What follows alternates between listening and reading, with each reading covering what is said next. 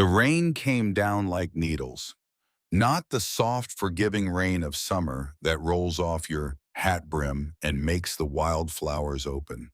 This was October rain in the high Rockies, cold, bitter, the kind that finds every gap in your collar and runs down your spine like the finger of something dead. Alara Mercer stood alone at the edge of a freshly dug grave, holding a shovel she could barely lift anymore. Her arms trembled, not from grief, though the grief was there, a black ocean she hadn't yet found the bottom of.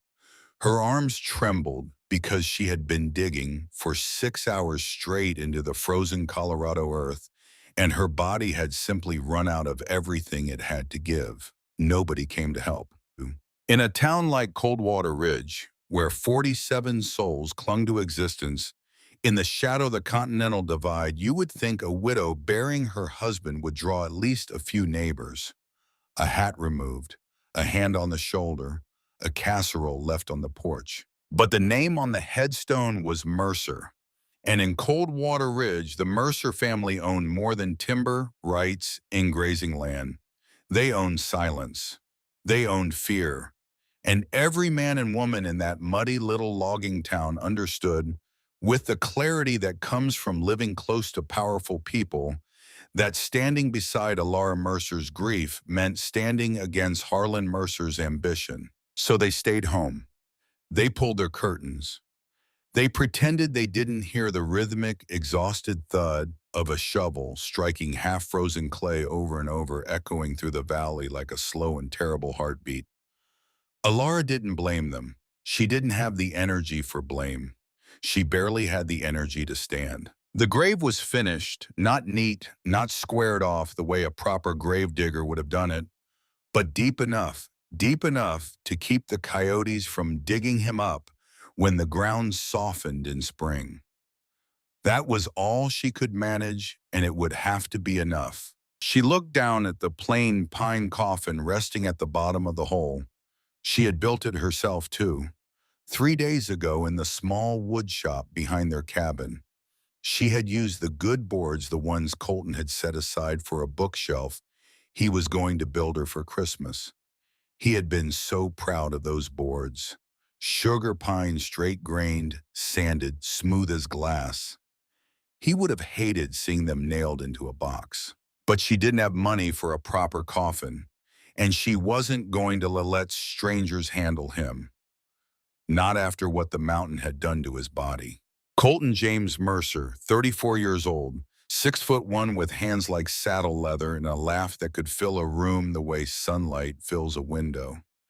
He could split a cord of firewood before breakfast and then sit down at the kitchen table and read poetry to her while she cooked eggs. Whitman, Frost. He loved Frost especially.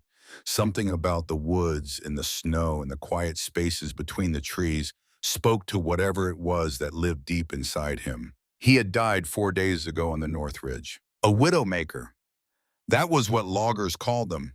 The dead branches that hung suspended in the canopy, invisible killers waiting for the vibration of an axe blow to shake them loose. Colton had been felling a massive ponderosa pine working alone because his brother Harlan had pulled the rest of the crew to a different section that morning.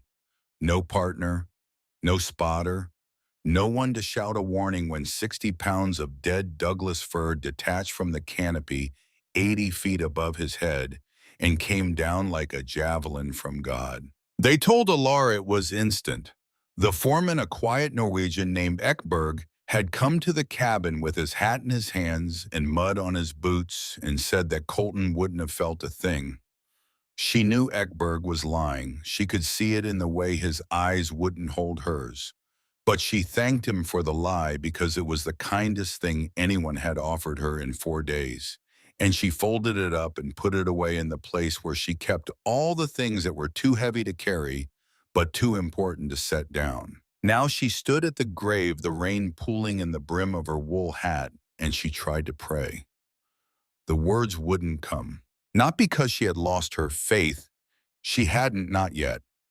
The faith would go later, somewhere around the second week of January, when the cold got so deep inside her bones that she forgot what warmth felt like. But right now, standing over the raw earth, she simply couldn't find the words because the hole inside her chest was bigger than any language she knew, bigger than English, bigger than prayer. A void so complete that sound itself seemed to fall into it and disappear. She picked up the shovel and began to fill the grave. Each shovelful of wet clay landing on the pine lid made a sound she knew she would hear in her nightmares for the rest of her life. A hollow, final, terrible drum beat. The rhythm of ending. The rhythm of a door closing that would never ever open again. When it was done, she pressed her palm flat against the mound of dark earth. The cold seeped through her skin and into her bones, and for a moment, just a moment, she imagined she could feel the warmth of his hand pressing back. "I'll be all right, Colton," she whispered. "I don't know how yet, but I will." She didn't know, standing there in the rain with dirt under her fingernails and grief sitting on her chest like a stone, that she was making a promise the mountains themselves would try to break. She had 46 hours of peace before they came for the house. 46 hours of moving through rooms that still smelled like him. Cedar shavings and coffee, and the faint tang of pine resin that never quite washed out of his shirts. She didn't eat. She couldn't. She drank water from the kitchen pump and sat in his chair by the wood stove and held his red flannel shirt against her face and breathed him in and tried to understand how a person could be so completely present in every object, every surface, every shadow of a house, and yet be so absolutely irrevocably gone. She was 32 years old, an orphan from Zanesville, Ohio. Her parents were both dead, her father first broken down by decades of factory labor that poisoned his breathing, and her mother 2 winters after that from grief as much as anything. They left Alara with nothing but a seventh-grade education and a stubbornness that the women of Zanesville spoke of with a mix of admiration and concern. She had come west on a Greyhound bus in 1947, chasing a job advertisement for a waitress position at a diner in Grand Junction. She got the job. She worked doubles for 3 years, saving every dime, learning to live on coffee and leftover pie, and the stubborn belief that somewhere ahead of her was a life that didn't smell like fryer grease and exhaustion. She met Colton Mercer on a Tuesday in March of 1949. He had walked into the diner with sawdust in his hair and a bruise on his jaw from a bar fight he swore he didn't start. He ordered coffee black and a slice of whatever pie was freshest, and when she brought it to him, he looked up at her with gray eyes that held something she recognized immediately: loneliness. The deep, aching, bone-level kind that comes from being surrounded by people and understood by none of them. They talked for 4 hours. The diner closed around them. The cook locked up and left them sitting in the booth by the window, and Colton told her about the mountains and the timber and the way the light hit the peaks at dawn. And she told him about Ohio and the factories and the dust, and by the time the sun came up, they both knew something fundamental had shifted in the architecture of their lives. They married 3 months later. A courthouse wedding in Montrose. No family on either side. His mother Agnes and his brother Harlan hadn't been invited, and Colton had made it clear with a quiet firmness that Alara would come to understand was the core of who he was, that this was intentional. "My family isn't like yours," he told her the night before the wedding, sitting on the tailgate of his truck, under a sky so thick with stars it looked like spilled salt. "My mother is a hard woman, Alara, hard in places where a person shouldn't be hard. And Harlan got all of her worst qualities and none of her excuse for having them. I love them because blood says I have to, but I don't trust them. And you shouldn't either." She had filed that warning away carefully. Over the next 3 years, she came to understand exactly what Colton meant. Agnes Mercer was a woman forged in the same brutal furnace as the mountains she lived on. Widowed herself at 40, when her husband fell through river ice during the spring thaw. She had raised two boys alone on a scrap of land above Coldwater Ridge, and the experience had burned away whatever softness she might once have possessed, leaving behind a woman whose love, such as it was, expressed itself primarily through control, suspicion, and a refusal to let anyone forget what she had endured. Harlan was worse. 2 years older than Colton, with their mother's flint chip eyes and a calculating intelligence that he applied exclusively to the acquisition of things that belonged to other people. He ran the largest logging crew in the valley, not because he was the best logger, but because he understood leverage. He knew who owed money. He knew who drank too much. He knew whose wife had visited whose cabin on which night. And he kept meticulous records of it all, a spider sitting patient at the center of a web spun from secrets and small-town debts. Colton had kept his distance from both of them, building the cabin with Allura, 3 miles outside town on a 40-acre parcel he had bought with 4 years of logging wages. It was modest, 3 rooms, a stone fireplace, a covered porch that looked out over the valley. But it was theirs, every nail driven by their own hands, every board cut from timber they had felled themselves. It was the first thing Alara had ever owned in her life, and she loved it with a ferocity that surprised even her. Now, on the second morning of the funeral, she sat on the porch wrapped in Colton's wool coat, watching the mist rise off the valley floor, and she tried to think about what came next. She had no income. Colton's logging wages had stopped the moment his heart did. She had some food in the cellar, enough for maybe 8 weeks as she rationed carefully. After that, she would need to find work. Maybe the diner in Grand Junction would take her back.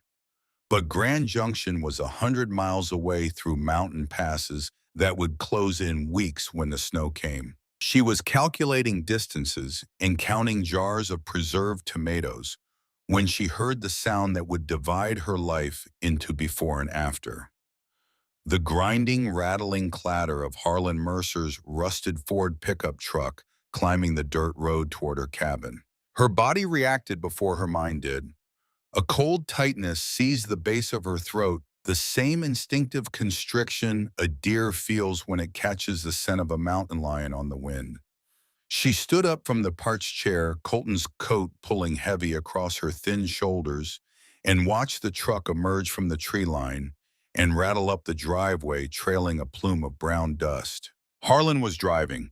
Agnes sat in the passenger seat, her back rigid, her face set in an expression of grim purpose.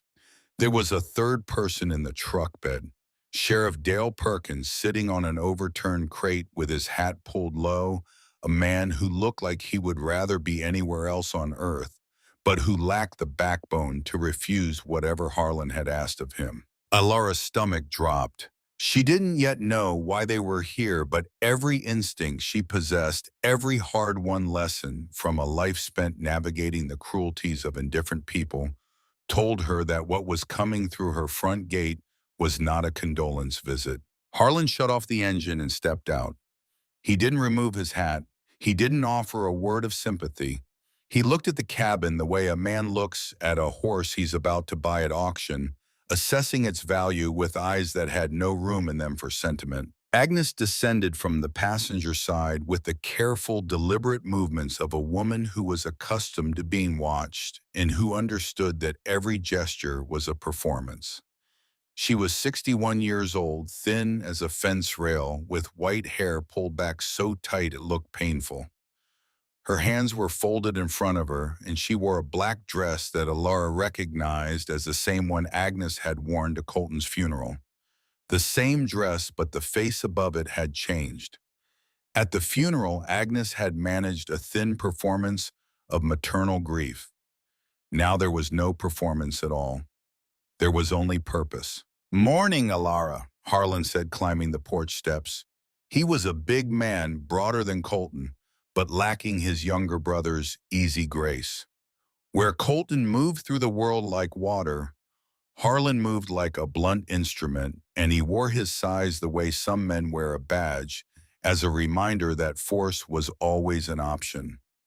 We need to talk about the property. The property, Alara repeated. The words sounded wrong in her mouth. This wasn't a property. This was her home. This was the place where she and Colton had eaten breakfast every morning and read books by firelight every night and planned the children they would have and the garden they would plant and the life they would build together plank by plank, season by season. Colton owed me money, Harlan said.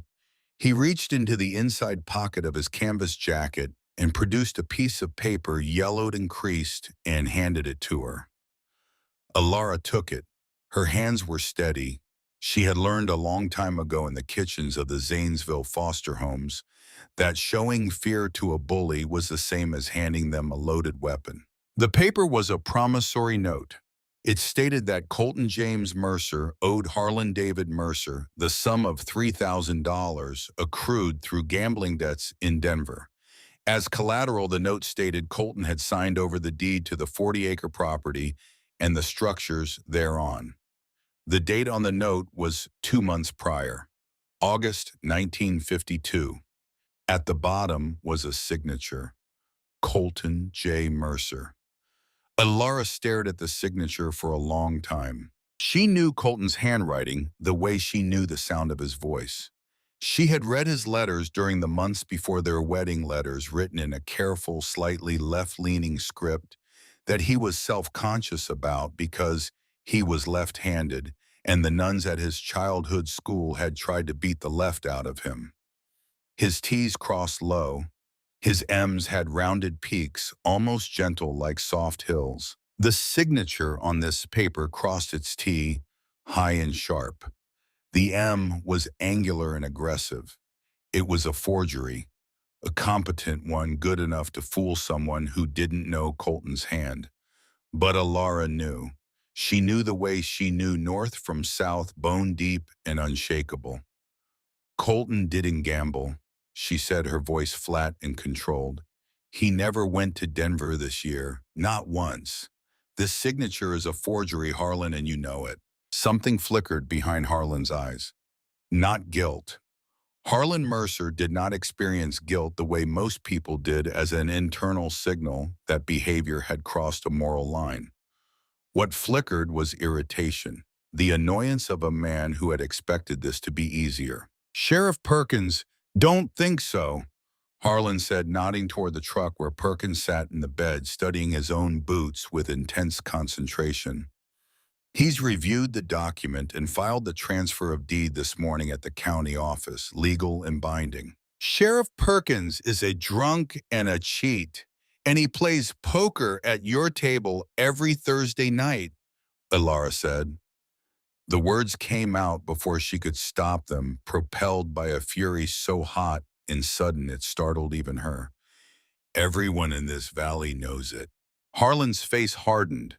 The vague pretense of civility dropped away like a mask falling to the floor, and what was underneath was the real Harlan, the one Colton had warned her about. Cold, calculating, utterly indifferent to the suffering of anyone who stood between him and what he wanted. You have 1 hour, he said. Pack what you brought into this marriage and get off my land, or I'll have Perkins drag you off it by your hair. The casual cruelty of the image hit Alara like cold water. Not the threat itself, but the ease of it, the way he delivered it, the way a man might mention having a stray cat removed from his barn. As if she were not a person, but an inconvenience. Agnes stepped forward, then climbing the porch steps with that careful, deliberate stride. She stopped directly in front of Alara, close enough that Alara could smell the camphor and cold cream that always clung to the old woman like a second skin. Let me make this simple for you, Agnes said, her voice dropping to a whisper that was somehow more menacing than Harlan's blunt threats. I never accepted you as my son's wife.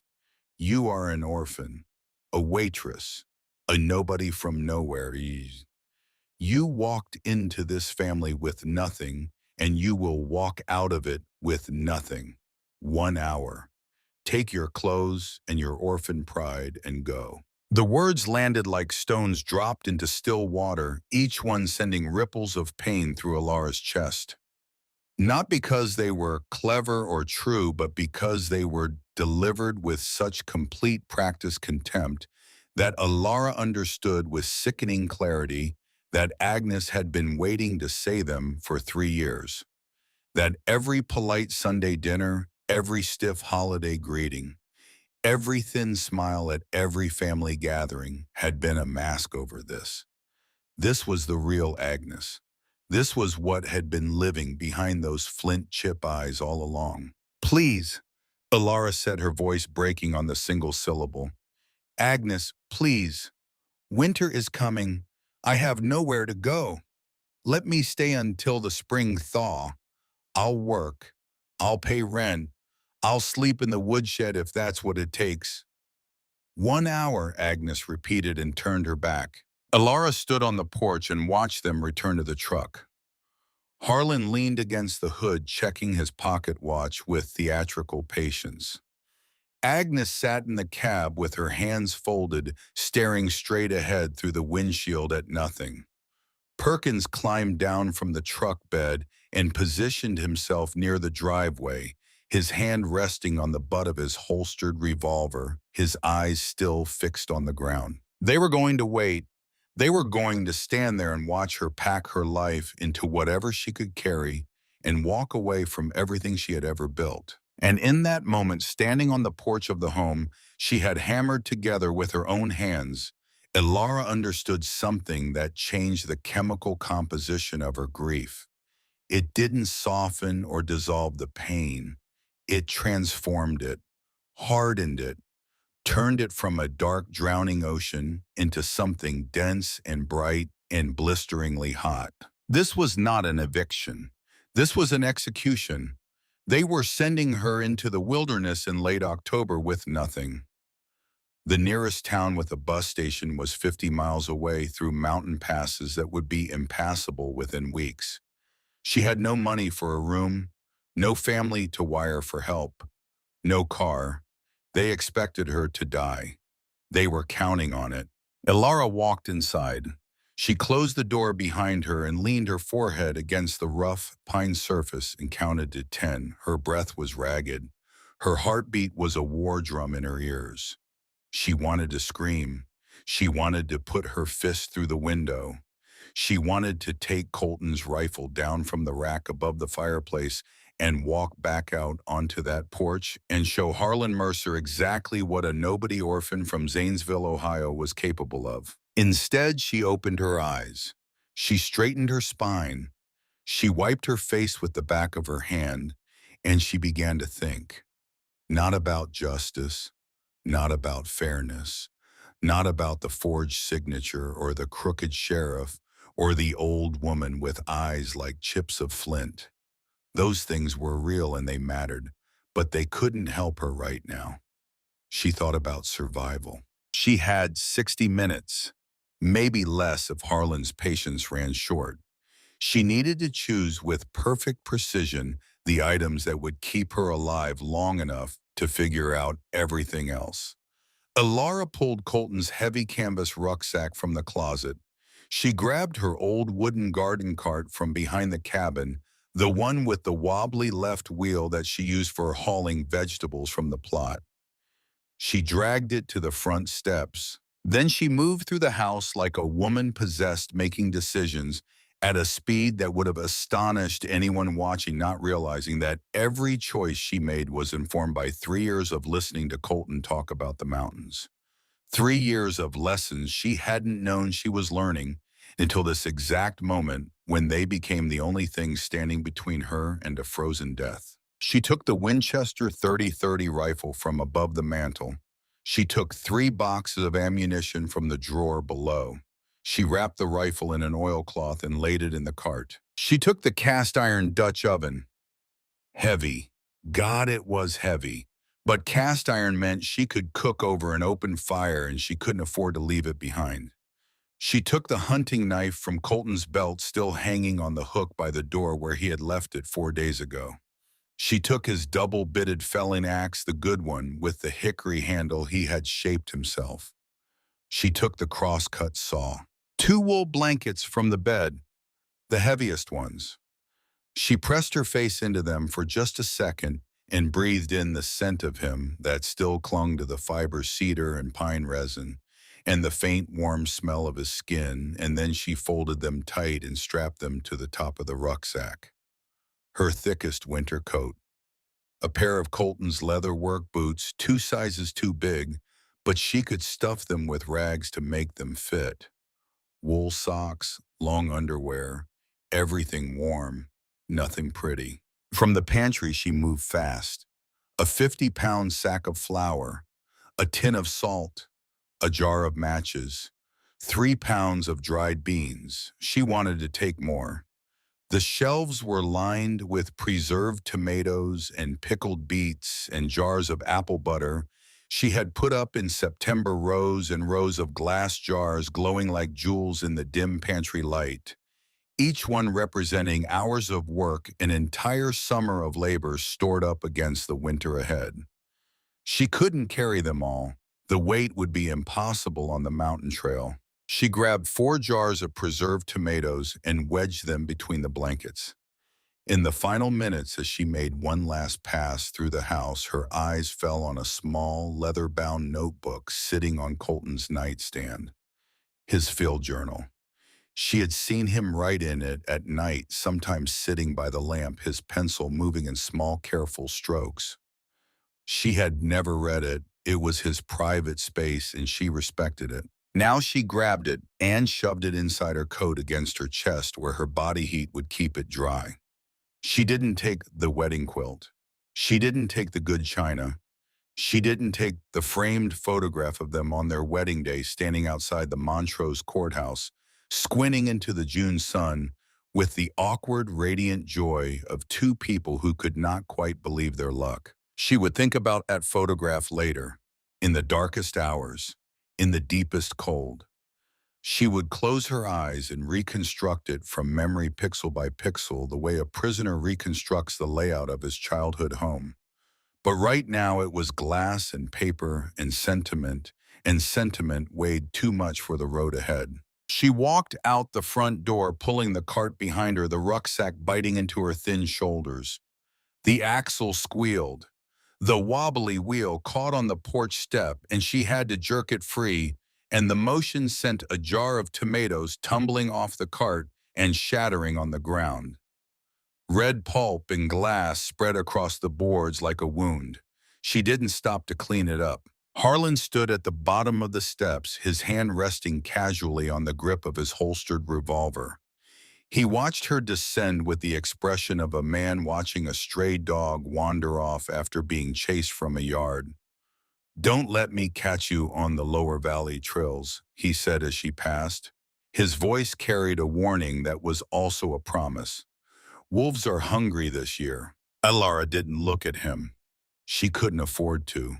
If she looked at him, she would see the satisfaction in his eyes, and the rage would overflow the dam she had built around it, and she would do something that would end with her in a shallow grave beside her husband. She walked toward the tree line. Behind her, she heard Agnes's voice, sharp and carrying, say something to Harlan about checking the cellar inventory. Already claiming the winter stores. Already counting the chosen sacks that Alara had filled with her own hands over the long golden days of September. The life she had built was being dismantled before she was even out of sight. At the edge of the property where the dirt driveway met the forest road, a figure stood half hidden in the shadow of a massive blue spruce. Walt Gunderson. He was 70 years old, the owner of the only general store in Coldwater Ridge, a man built like a fence post with hands so gnarled by arthritis they looked like roots. He had known the Mercer family for 40 years. He had bounced Colton on his knee when the boy was small enough to fit in one arm. He had sold Alara her first bag of flour the week she arrived in town. He stood there in the shadow of the spruce and watched her approach with the cart, and on his weathered face was an expression that Alara would remember for the rest of her life. It was shame. Deep, corrosive, soul-eating shame. The shame of a man who knew exactly what was happening and understood that he lacked the power to stop it. Harlan Mercer held a note on Walt's store, $300 enough to foreclose if Harlan chose to call it in. And Walt had a granddaughter in Denver who needed the store's income to stay in school.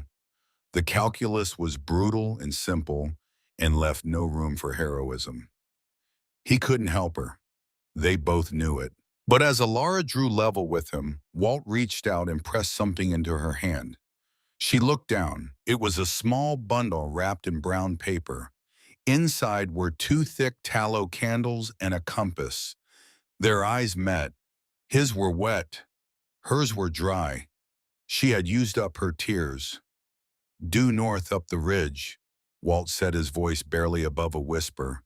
"Stay off the main trails. He'll be watching the main trails." Alara nodded once. She put the compass and candles into her coat pocket and kept walking.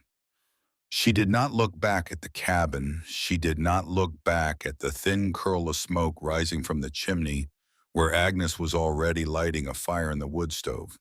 She did not look back at the dark mound of fresh earth in the yard where Colton lay beneath 40 inches of Colorado clay. She looked forward, into the trees, into the gathering dark, and she walked. The first 2 hours were manageable. The forest road, such as it was, followed the valley floor northward, winding through stands of ponderosa pine and blue spruce, the cart wheels crunching over a carpet of fallen needles. The air was cold but not yet cruel. The sky held the last gray light of an October afternoon, enough to see the path, enough to avoid the worst of the roots and stones. But when the road ended and the mountain began, everything changed. The trail up Blackwood Ridge was not a trail in any civilized sense of the word. It was a series of game paths, elk routes, and geological accidents that climbed 1,700 feet over 3 miles of increasingly savage terrain. Loose shale, exposed roots, sections where the path narrowed to less than 2 feet with a sheer drop on one side and a wall of granite on the other, and she was pulling a loaded cart. The wobbly wheel jammed within the first 100 yards. A rock the size of a fist wedged between the axle and the wheel rim, and Alara had to set down the rucksack crouch in the gathering darkness and pry it free with numb fingers, while the sweat on her back turned to ice. She made it another 50 yards before the right wheel dropped into a rut so deep the entire cart tilted and nearly dumped its contents down the mountainside. She caught the handle with both hands, her boots sliding on the loose shale, her shoulders screaming, and for one terrible, vertiginous second, she felt the full weight of the cart pulling her toward the edge, toward the black void below. She held on. She hauled the cart back. She stood there, gasping her breath, coming in white plumes, and she said a word that would have gotten her mouth washed out with soap in the Zanesville foster homes. Then she kept going. The darkness came fast. In the high Rockies in late October, the sun doesn't set so much as it dropped, plunging behind the western peaks like a stone into water. And the twilight that follows is brief and grudging. Within 30 minutes, Alara was climbing by starlight. She pulled Walt's compass from her pocket and struck one of the tallow candles. The flame guttered in the mountain wind, throwing wild shadows across the rocks, and she cupped it with her free hand and held it close to the compass face. "North, due north up the ridge," Walt had said. She adjusted her heading and pressed on. The sounds of the mountain at night closed in around her like a fist. The creak of wind through the pines, the distant lonesome cry of a coyote answered by another, and then another, the voices bouncing off the cliff faces until it sounded like the entire mountain was howling. Once far below and to the east, she heard something large crash through the underbrush with a heavy, deliberate tread, and she stopped cold and stood perfectly still for 5 minutes. The Winchester unshouldered and ready, her heart hammering against Colton's notebook pressed flat against her ribs. The sound moved away. Elk, probably. Maybe a black bear making a last forage before denning up for winter. She shouldered the rifle and kept climbing. Her hands bled. The cart handle, rough pine, worn smooth in some places and splintered in others, opened blisters on both palms within the first hour.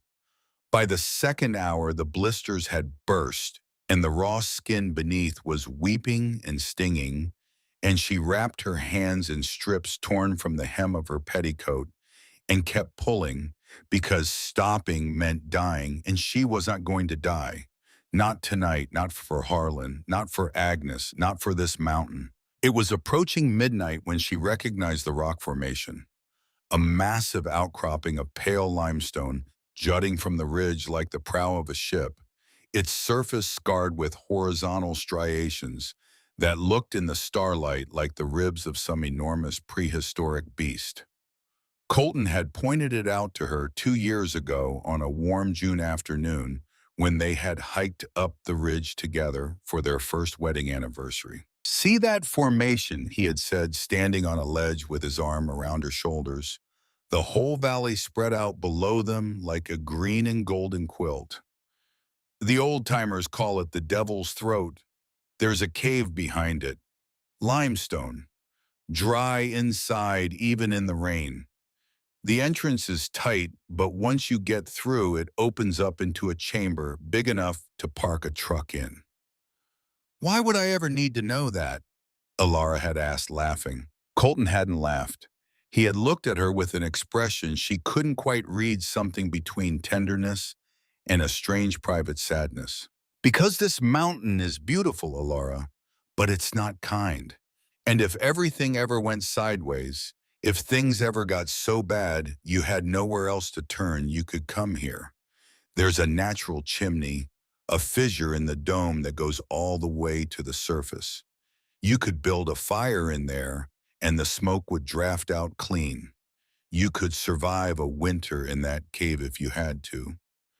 "You sound like you're speaking from experience," she had said, still half laughing. He had kissed her forehead and changed the subject. Now, in the frozen dark of the worst night of her life, she understood why he had shown her. Not as a curiosity, not as a hiking anecdote, as a contingency, as a last resort. Colton had known his family. The entrance was exactly as he had described it. A narrow vertical fissure in the limestone barely 2 feet wide, hidden behind a curtain of dead juniper branches. If you didn't know it was there, you would walk right past it. Even in daylight, it looked like nothing more than a crack in the rock. Alara left the cart outside. She couldn't fit it through the opening. She would have to make multiple trips, carrying the supplies through the fissure by hand. But first, she needed to see inside. She struck her second candle. The flame was pitifully small against the absolute darkness of the cave mouth. She turned sideways and squeezed through the fissure, the rough limestone scraping against her coat, her rucksack catching on the rock above. The air changed immediately. Outside, it was sharp metallic, alive with wind and the scent of pine and frost. Inside, it was still, dead still. The silence was so complete that she could hear the blood moving through her own ears, a soft rhythmic whisper.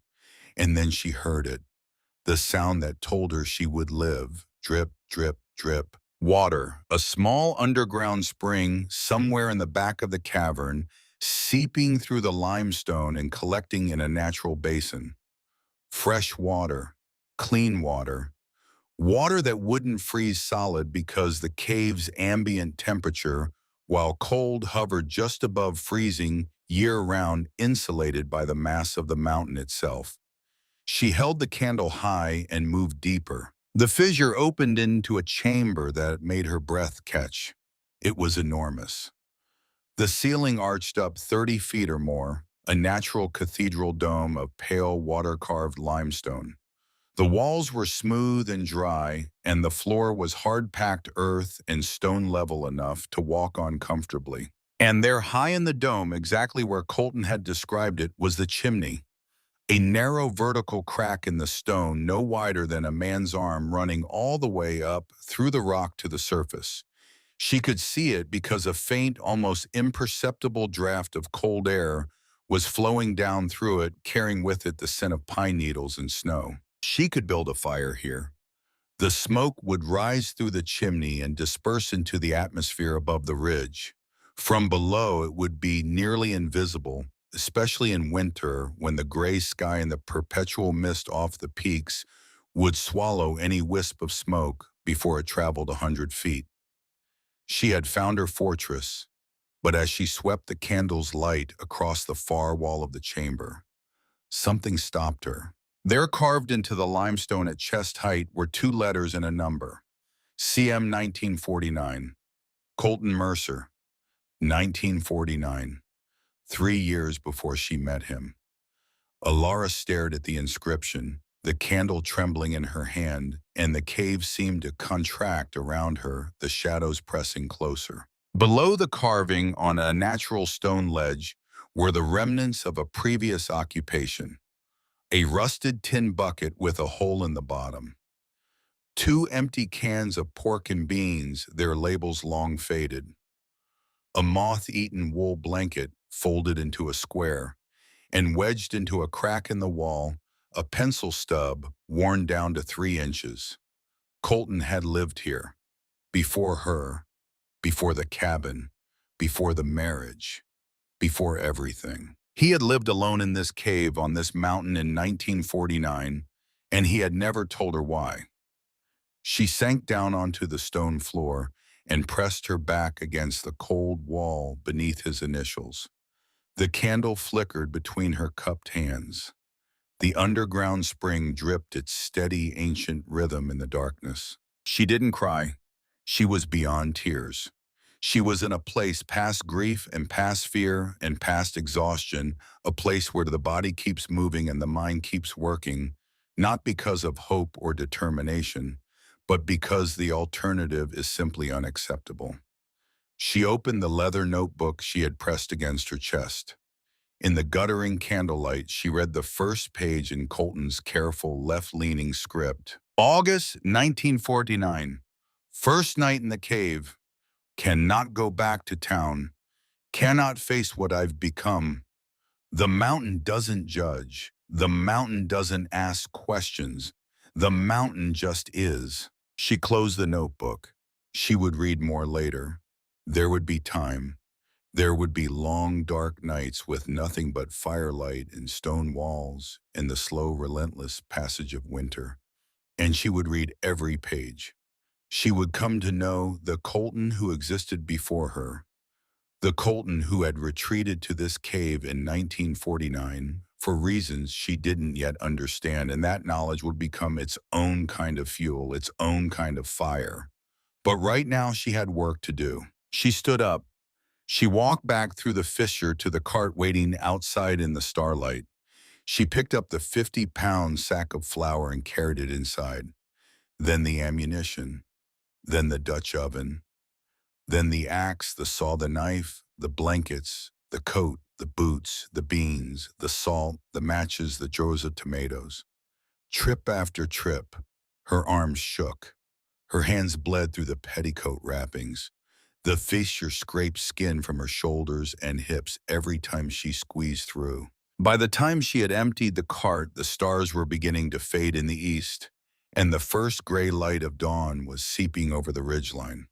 She pulled the empty cart into a dense thicket of juniper 50 yards from the cave entrance and covered it with dead branches.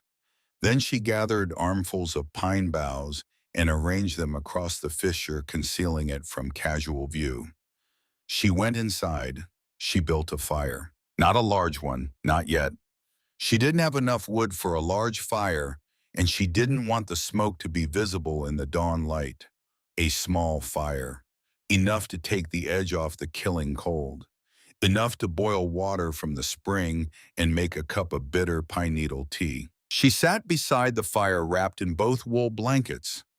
Colton's notebook pressed against her ribs, and she watched the flames and she listened to the silence. and she felt for the first time in 4 days something that was not grief or rage or fear. She felt the cave around her. She felt the mountain above her.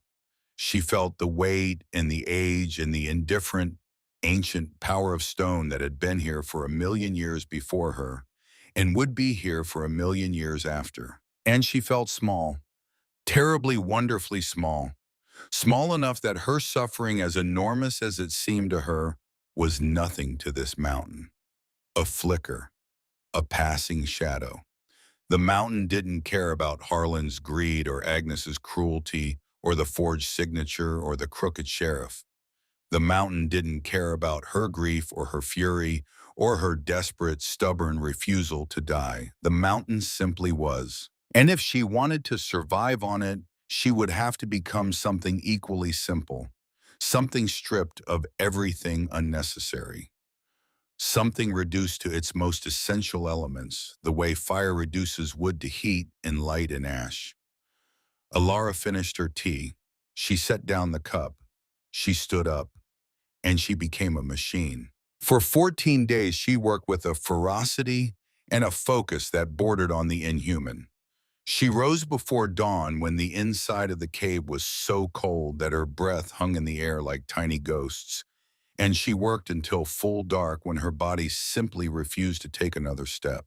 Her first priority was wood, not just enough to keep a small fire burning, but enough to sustain a roaring, relentless blaze through 5 months of Colorado winter.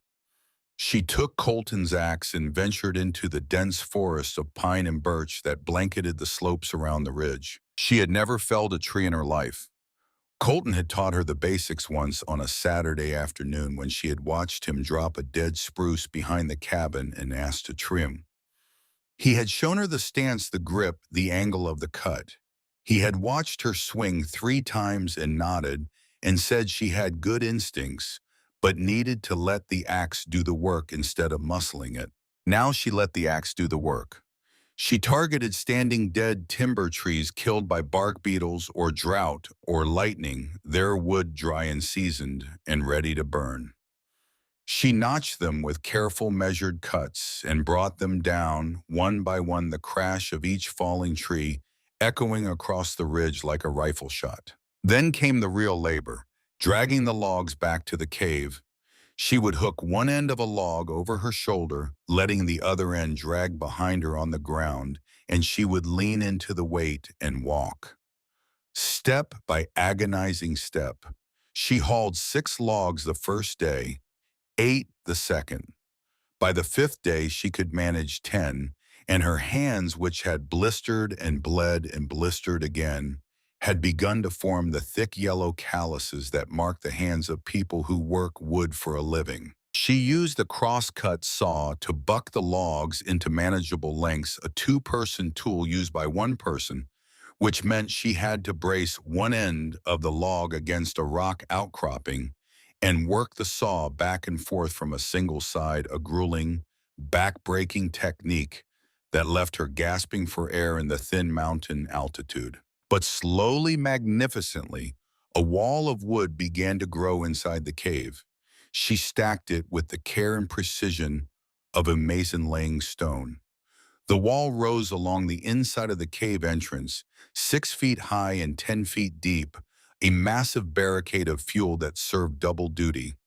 It was her lifeline, months of heat stored in cellulose and lignin, and it was her shield blocking the worst of the wind that howled through the entrance fissure on stormy nights. By the end of the 14th day, she stood back and looked at what she had built and felt something she hadn't felt since the day she buried Colton. Pride. But wood alone couldn't save her. Her provisions were dwindling fast. She needed protein. She needed fat. She remembered watching Colton build a deadfall trap one autumn afternoon, showing her how to balance a heavy flat stone on a trigger stick so that when a rabbit or squirrel tugged at the bait, the stone dropped and crushed it. She spent 2 days carving trigger mechanisms and setting traps. 20 of them spread across the game trails that crisscrossed the slopes below the cave. The forest provided, not generously, not easily, but it provided. She caught snowshoe hares, their coats already turning white for winter. She caught marmots and mountain squirrels. She skinned them with Colton's hunting knife, crouching beside the cave spring in the flickering firelight. The first time she vomited. By the third animal, she didn't flinch anymore. She built a smoking rack inside the cave, a simple frame of green birch poles lashed together with strips of hide and positioned directly beneath the natural chimney. She used green hickory chips to produce a thick, cool smoke that cured the meat slowly. She hung the dried strips of meat high on the cave wall, out of reach of the mice and pack rats. And she foraged, frantically, obsessively racing against the calendar and the dropping temperatures. She gathered late-season pine nuts. She found wild rose hips and dried them to ward off scurvy. She dug cattail roots from the frozen margins of a creek 2 miles down the ridge, a vital source of starch. She discovered wild mountain onions and packed them into the old clay pots she found in the cave. 3 weeks, 21 days of relentless, punishing, magnificent labor. And at the end of it, Alara Mercer stood in the center of her stone fortress and took inventory. A wall of firewood 6 feet high and 10 feet thick, 50-odd strips of smoked meat, bags of pine nuts and dried rose hips and cattail flour, a spring that produced clean, inexhaustible water, a chimney that drew smoke, a rifle with 3 boxes of ammunition. She was exhausted. She was filthy. Her face, reflected in the still pool beneath the spring, was thinner than she had ever seen it, the eyes burning with a light that was equal parts determination and controlled madness. She was alive. Against every expectation, against the explicit intentions of the people who had cast her out, she was alive and sheltered and fed and warm. She allowed herself one small, private moment of triumph. She sat by the fire wrapped in Colton's blanket and opened his notebook to a random page. October 1949. 2 months in the cave now. Beginning to understand what the mountain wants from me. It wants everything, every comfort, every vanity, every soft thing I brought with me from the world below. It will take all of it. And when there is nothing left, when I am stripped down to bone and breath, then maybe I will find out what I actually am beneath all the noise. Ilara closed the notebook and held it against her chest. I'm finding out, Colton, she said quietly, to the empty cave, to the dripping spring, to the fire shadows dancing on the stone walls. I'm finding out. She didn't know, sitting there in the warm orange glow of her fire, with her wall of wood at her back and her store of hard-won food hanging above her, that in 12 days everything she had built would be destroyed. She didn't know that Harlan Mercer was already hunting her. And she didn't know that the mountain was about to test her in ways that would make the last 3 weeks feel like a warm-up. But on that night, in that moment, she was alive. And for now, that was enough. It was mid-November when Alara made her first mistake. Not a mistake of laziness or carelessness, a mistake of necessity, the kind of mistake that survival forces upon you when every choice is a gamble between one danger and another, and the only guaranteed losing move is standing still. She needed cattail roots. The smoked meat and pine nuts and dried rose hips were holding, but her body was screaming for starch. The heavy, sustained calories that fuel muscles through sustained labor. She had been burning through energy at a terrifying rate, chopping wood and hauling logs and checking trap lines in the thin, frigid mountain air, and her body was beginning to consume itself. She could feel it, the hollowing of her cheeks, the way her ribs had become individually countable beneath her fingertips when she washed at the spring. The tremor in her hands that appeared in the late afternoon and didn't stop until she ate. She needed cattail roots, and the only cattails she knew of grew along the margins of a small, frozen creek 2 miles down the eastern slope of the ridge. 2 miles down, 2 miles back. 4 hours a round trip minimum through exposed terrain that she had been carefully avoiding since the day she arrived. She left at dawn carrying an empty basket and the Winchester slung across her shoulder. The morning was bitter and still the kind of cold that doesn't announce itself with wind or drama but simply sits on the landscape like an invisible weight pressing the temperature down and down and down until the moisture in your nostrils freezes with every inhale and the air itself seems to have edges. She moved quickly along the ridge staying below the tree line, keeping to the dense stands of spruce where the canopy blocked sight lines from above and below. She reached the creek in just over an hour.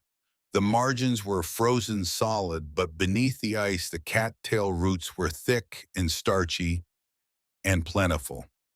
She used Colton's hunting knife to chop through the ice and dug the roots out with her bare hands, packing them into the basket with numb fingers working as fast as her frozen body would allow. She filled the basket. She turned for home. The climb back up took longer. It always did. Gravity was generous going down and merciless coming back, and the loaded basket added 15 pounds to the burden on her already overtaxed frame. She reached the cave entrance in the early afternoon. 4 hours almost exactly as she had estimated, and she knew immediately that something was wrong. The pine boughs she had carefully arranged across the entrance fissure to conceal it from view were gone. Not blown aside by wind, not displaced by an animal brushing past.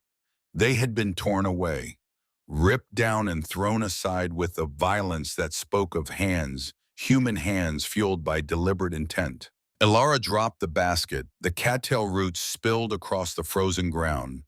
She unslung the Winchester and worked the lever action, chambering around with a sound that cracked through the silence like a dry branch snapping. She approached the fissure from the side, pressing her back against the cold limestone, the rifle stock seated tight against her shoulder. She listened. Her heartbeat was a drum in her ears, but beneath it she heard nothing. No footsteps, no voices, no breathing. She edged through the fissure sideways, the rifle barrel leading, her eyes adjusting to the dimness of the cave. The fire was out, not banked, not smoldering. Dead. The coals had been scattered across the cave floor, kicked apart with the deliberate thoroughness of someone who wanted to make sure they couldn't be easily restarted. Her smoking rack was destroyed. The careful frame of green birch poles she had spent an entire day constructing and positioning beneath the chimney had been kicked over. The poles snapped the lashing cut. The strips of smoked meat that had been hanging from the walls, her precious, irreplaceable store of protein, were scattered across the dirt floor, trampled, ground into the dust beneath heavy boot heels until they were nothing but greasy smears on the stone. Her sack of flour had been slashed open with a knife, a single diagonal cut through the canvas, and the white powder had poured out onto the cave floor, mixing with the dirt and ash and scattered coals, until it was indistinguishable from the dust of the earth itself. And her firewood, her beautiful, meticulously stacked wall of firewood. A third of it was gone. The upper courses of the wall had been dismantled, the logs hauled out through the fissure, dragged away to God knew where. The remaining wall stood 4 feet high instead of 6, a jagged, violated ruin of what had been her greatest achievement. She found the note pinned to one of the remaining logs with her own skinning knife driven point first into the wood with enough force to bury it half an inch deep. The note was written on a torn piece of ledger paper in handwriting she recognized. Harlan's hand was the opposite of Colton's. Right-handed heavy, the letters pressed so deep into the paper they were almost embossed. Thought you'd freeze by now. Stole your wood for my hunting camp.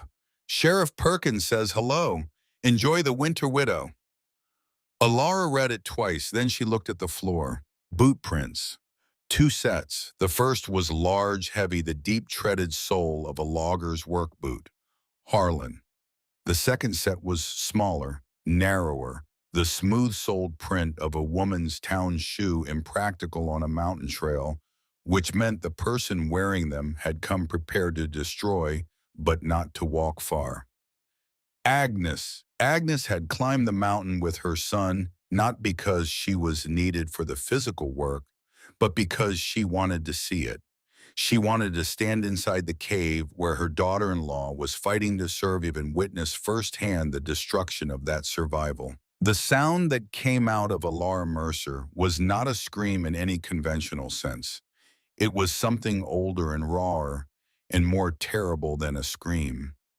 It came from a place below, language below thought, below the civilized architecture of a human mind that has learned to process pain through words and reason.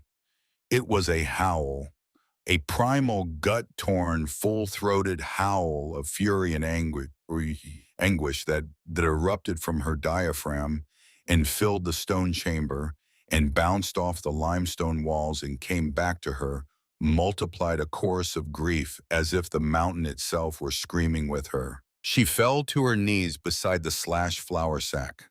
Her hands plunged into the ruined white powder, scooping it up and letting it fall through her fingers as if some part of her believed that if she just gathered it fast enough, she could undo what had been done. But the flour was mixed with dirt and ash, and it was gone. She knelt there for a long time. In that stillness, with the tears drying on her dirt-streaked face and the ruins of her labor spread around her like a battlefield, she saw the image of her own death, the death they had designed for her. Not quick, not merciful, slow, a gradual diminishing, the body consuming itself in the cold, the mind dimming, the fire going out, the heartbeat slowing, and then nothing.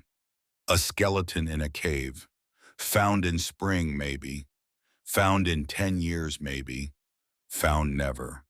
No. The word formed in her chest before it reached her mouth. It didn't come from her mind, it came from somewhere deeper. No, I will not die for them. She stood up, her knees ached, her hands were shaking, her stomach was empty, and her wood supply was devastated, and nearly half her food was destroyed, and the man who had done this knew exactly where she was. But she was standing, and she had work to do. Take stock, assess, adapt, move. She still had 4 feet of stacked firewood. She still had cattail roots. She still had pine nuts and rose hips. She still had the rifle and 3 boxes of ammunition. She still had the axe and the saw and the knife. She still had the Dutch oven and the blankets and the matches in the spring. And she still had the cave. But the cave was compromised. Harlan knew about it. If he had found it once, he would find it again. And next time he might not settle for destroying her supplies. Alara could not stay in the front chamber. She picked up one of the tallow candles and walked deeper into the cave. The passage continued for perhaps 50 yards, twisting and narrowing until she had to turn sideways to pass. Then it opened again into a smaller, rougher space, perhaps 20 feet across and 12 feet high. It was dry, and it was hidden. If she could make the passage look impassable, if she could seal it with debris convincing enough to suggest a natural cave-in, she could disappear. She could vanish inside the mountain like a ghost. The work took 2 agonizing days. She moved everything. Every remaining log carried one at a time through the narrow passage. Every scrap of surviving food. Her blankets, her weapons, her tools, Colton's notebook. Then she sealed the passage. She hauled boulders from the talus slope outside the cave, choosing stones that matched the native limestone in color and texture. She fitted them into the narrowest point of the connecting tunnel with the care of a dry stone mason building, a wall that looked from the front chamber side like a natural collapse. She was now living in total darkness. She built her fire small and hot, feeding it dry seasoned wood that produced minimal smoke. She positioned the blaze near the base of her stone wall, directly below the largest gap, and watched as the smoke curled upward, found the gap, and was pulled through into the front chamber by the draft from the chimney above. She was invisible. 3 nights after she sealed the passage, Alara was startled awake by footsteps. Heavy, deliberate footsteps echoing through the front chamber, audible through her stone wall. She killed the fire instantly, smothering it with a blanket, plunging herself into absolute darkness. She pressed her ear against the cold stone and listened. 2 voices, Harlan and another man. Nothing, she's gone. Either she went down to the valley and froze, or she found another hole, Harlan replied. Doesn't matter. Without that wood and food, she's dead either way. Nobody survives a winter up here with nothing. Then a sound that made Alara's breath catch. A hand slapping stone, palm against rock, testing the walls, moving along the perimeter of the front chamber, looking for hidden passages. The footsteps came closer. A hand slapped the wall directly opposite her stone barricade. Silence. Then the hand moved on. Alara stayed frozen in the dark for another hour after the footsteps faded. Harlan wasn't just waiting for her to die. He was actively hunting her. Because Alara alive was a witness to a forged document and a crooked sheriff and a stolen property. He needed her dead, and he needed it to look like the mountain's doing. From this point forward, she would move only at night, a ghost on the ridge. 5 nights later, she was returning from a wood-gathering run on the northwest slope, dragging a dead birch trunk through fresh snow. She came around a granite outcropping and stopped dead. 50 yards below her, in a small clearing, a lantern was burning. In that circle of gold stood Harlan Mercer, with a lever-action rifle cradled in his arms and a leashed coonhound straining at his side. She dropped flat. The birch trunk slid 3 feet before catching on a root. The dog's ears went up. It lunged against the leash and let out a single sharp bark. Harlan raised the lantern higher. The light swept across the snow 10 yards below, where Alara lay face down, her body pressed into a shallow depression between 2 rocks. The dog barked again. Harlan took a step uphill, then another, the lantern swinging closer. 20 yards now. Alara could see the vapor of his breath. She could see the dog's eyes reflecting the lantern light like 2 small moons. Then Harlan stopped. Elk, he said to himself, or to the dog. Just elk. He turned and walked back into the trees. Alara lay in the snow for 30 minutes before she trusted her legs to hold her. 30 yards. He had been 30 yards away. She pushed her trap lines further out onto the jagged, exposed cliffs of the north face, where the terrain was so treacherous that even an experienced mountain man would think twice. She gathered replacement wood from the same dangerous ground. She fell once on a patch of black ice, her body swinging out over a 500-foot drop, catching herself with one hand hooked into a crack in the rock. She hung there for 10 seconds that felt like 10 years. Then she pulled herself back and went to find more wood. On November 28th, the sky changed. The horizon vanished behind a wall of clouds so dark it was almost purple, stretching from north to south as far as she could see. The wind died, the birds stopped singing, the animals vanished. Alara felt it in her bones.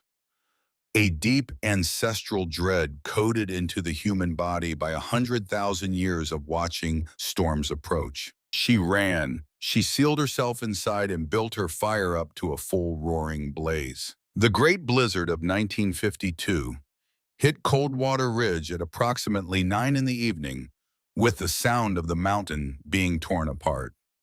A wall of wind traveling at over 70 miles per hour slammed into the eastern face of the ridge. The cave shook. The temperature plunged. The moisture in her breath crystallized in the air, falling as microscopic ice crystals onto the wool blanket, glittering in the firelight like diamond dust. For the first 48 hours, the world outside ceased to exist. There was only the fire, the darkness, the walls, and the wind. The wind howled through the fissures with a frequency that sounded human, like a chorus of voices raised in a sustained, mindless scream. By the fifth day, time dissolved. There was no sun, no moon, no dawn, no dusk. There was only the fire and the routine. Wake, stoke the fire, melt snow, boil a handful of cattail root with a sliver of dried squirrel meat, eat, stare at the flames, sleep, repeat. The monotony pressed on her mind with a slow grinding pressure. She found herself talking to the fire, narrating her own survival in a low, hoarse monologue. As long as she could hear herself speak, she was still a person. It was in mid-December when the mountain tried a different kind of killing. She woke feeling wrong, heavy, as if the air itself had thickened overnight. Her head ached with a deep, rhythmic throb behind her eyes. She tried to sit up and found that her arms didn't want to cooperate. Across the chamber, the fire was burning wrong. The flames, usually a healthy orange gold, were stunted and bluish, licking in at the logs with a weak, anemic flutter. The smoke was hanging in the air instead of rising. She blinked. Her vision swam. Then she saw Colton. He was sitting on a stack of firewood against the far wall, one leg crossed over the other, his red flannel shirt unbuttoned at the collar, sawdust clinging to his suspenders the way it always did after a day in the timber. His gray eyes were soft and showed an infinitely gentle. "Hey, Alara," he said. His voice sounded exactly right, the low, warm timbre, the slight roughness at the edges like gravel underwater. "You're not real," she whispered. "Does it matter?" he said, smiling. That smile. "You're so tired, sweetheart. You've been fighting so hard, and I'm so proud of you. But you can stop now. You can rest." "I can't rest," she said, but the words came out thick and slow. "I have to keep the fire going." "The fire's fine. Everything's fine. Just close your eyes. It doesn't hurt, Alara. I promise. It's warm. It's easy. Just let go." And God help her, she almost did. A wave of warmth rolled over her body, soft and golden. The pain in her head receded. Her eyes began to close. Then from somewhere far below, the peace, something kicked. Not a thought, not a decision. Something more primitive than either. A spasm of the survival instinct that has only one word: no. Alara's eyes snapped open. She looked at the fire.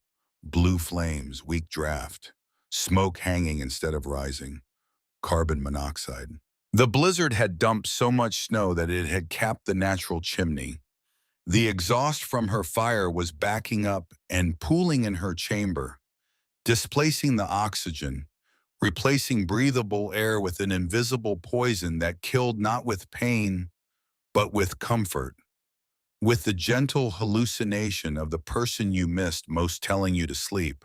Alara rolled off her blankets and hit the dirt floor. She tried to stand, her legs buckled. She crawled. Every inch was agony. Her heart hammered erratically, skipping beats, stuttering like an engine running on bad fuel.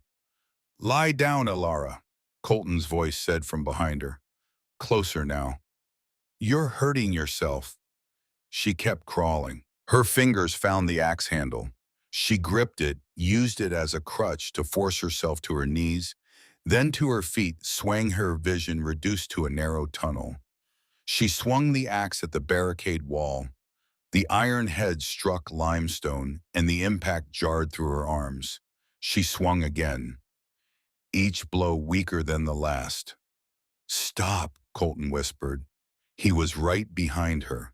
She could feel his breath on her neck. I am, I'm not dying in this dark, she said, and the words came out as a croak barely human. She shifted her aim to the packed earth in the gaps of the barricade. She drove the axe head into it. It gave. She struck again. The dirt crumbled, and a fist-sized hole appeared, and through it came a whisper of air, cold clean, carrying the mineral scent of the front chamber.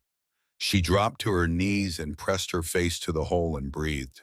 The air seared her throat and burned her lungs, and it was the most beautiful thing she had ever tasted.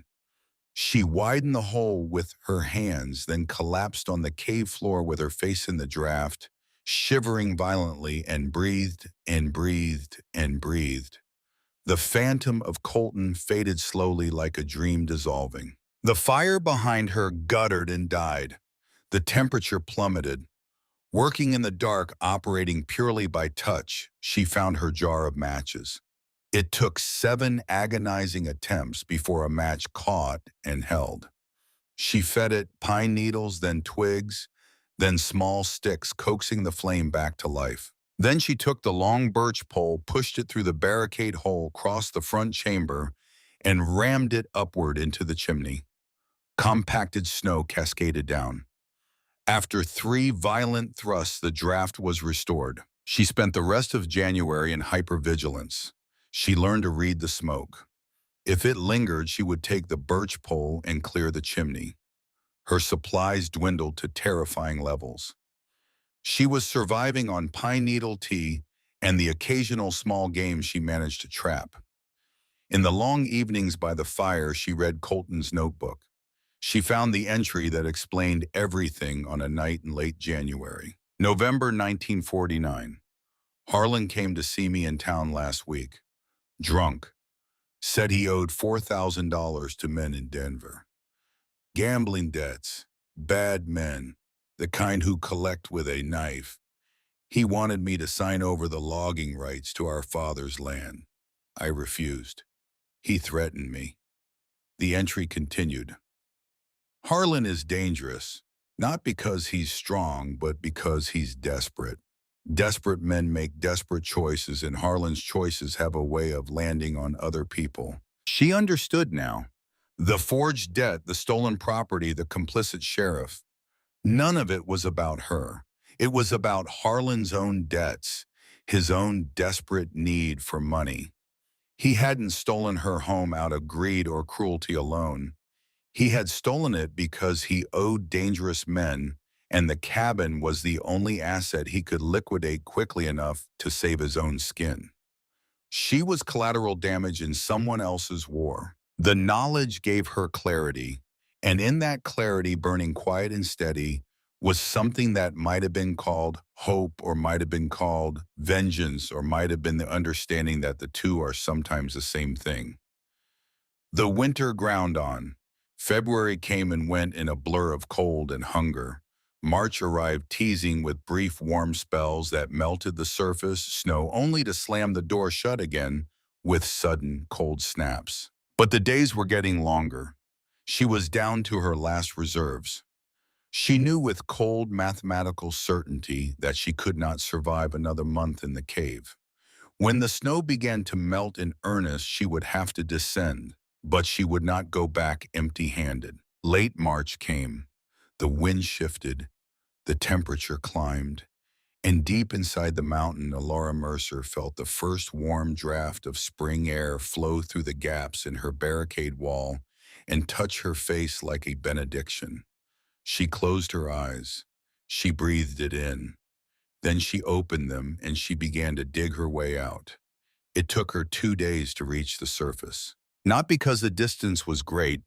The passage from her secondary chamber through the barricade across the front chamber and out through the entrance fissure was perhaps 60 yards in total.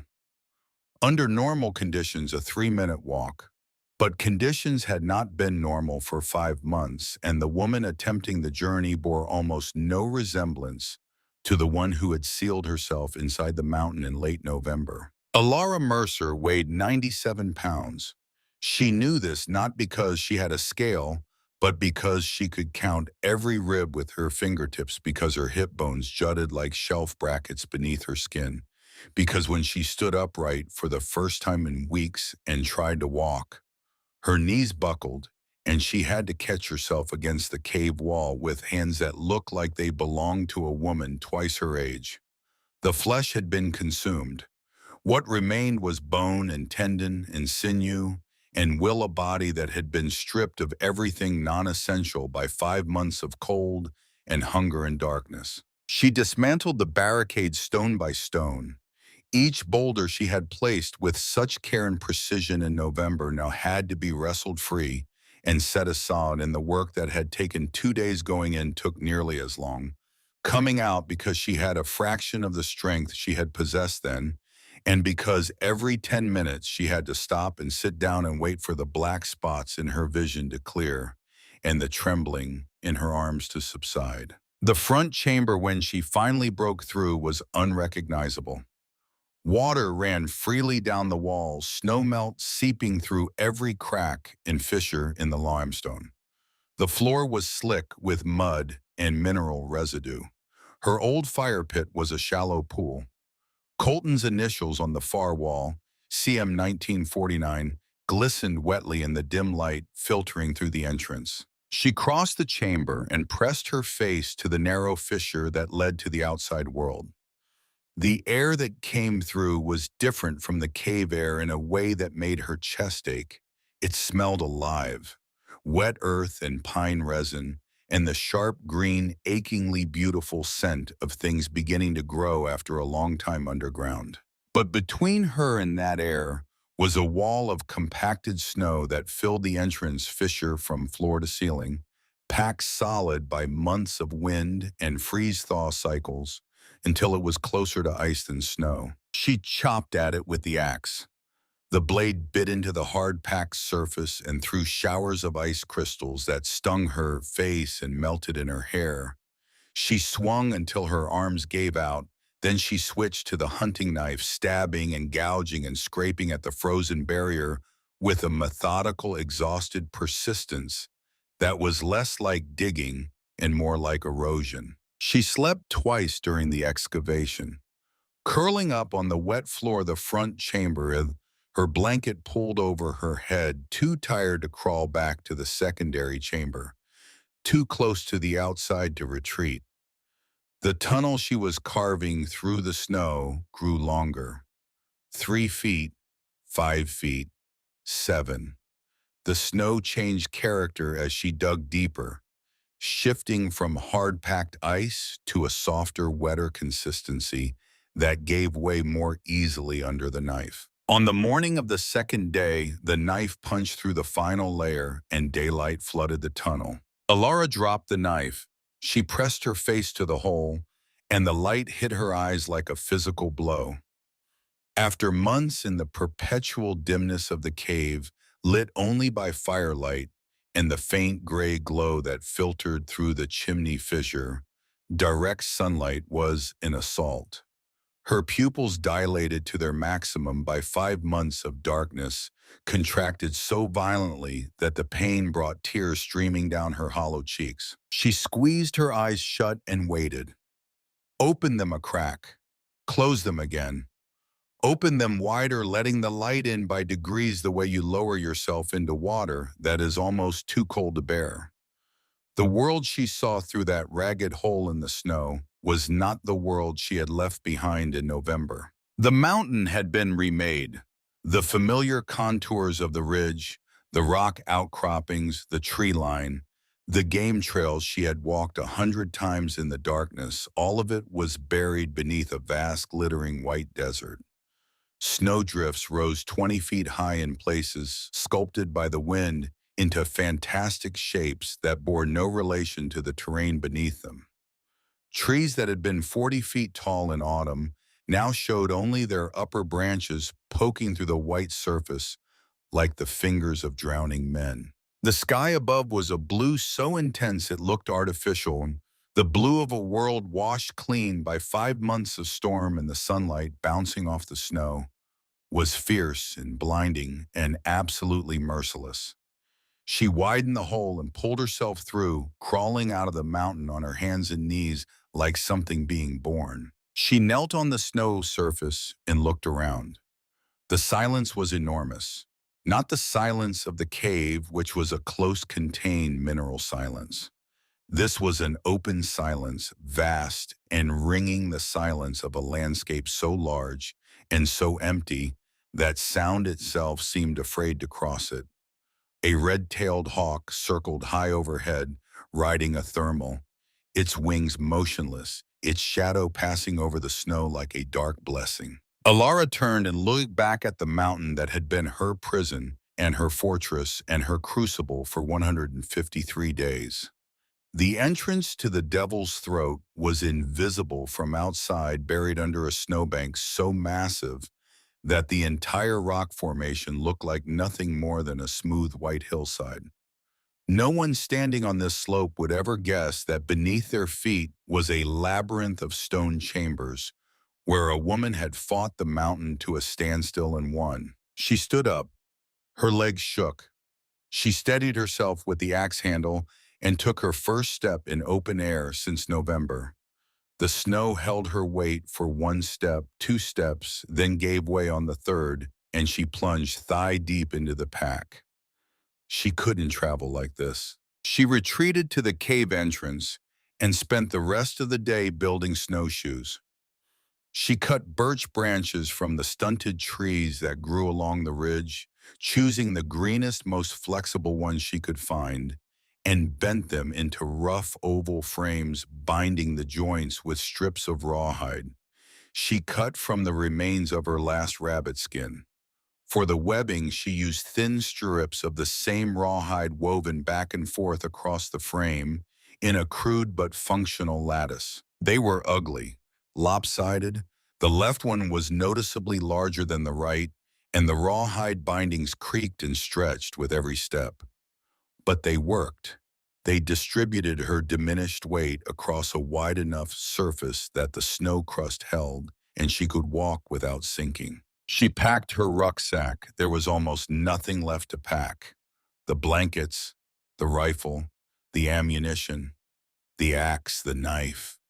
Colton's notebook wrapped in oilcloth and pressed against her chest inside her coat.